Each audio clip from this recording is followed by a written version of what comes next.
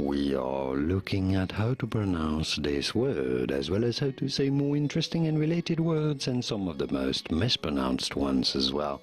So make sure to stay tuned and consider subscribing for more learning. For reference, this is a word of French origin, hence the spelling that might be curious, and hence the pronunciation. For reference, in France it is said as sobriquet, sobriquet. In English it is said rather similarly as Sobriquet, sobriquet, and yes, that's because it is French that the T is silent at the end.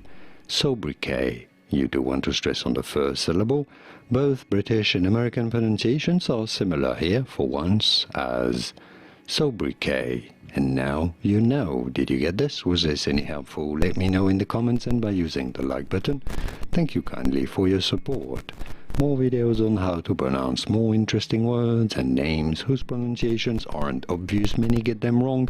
You won't after watching those. I'll see you there to learn more. Thanks for watching.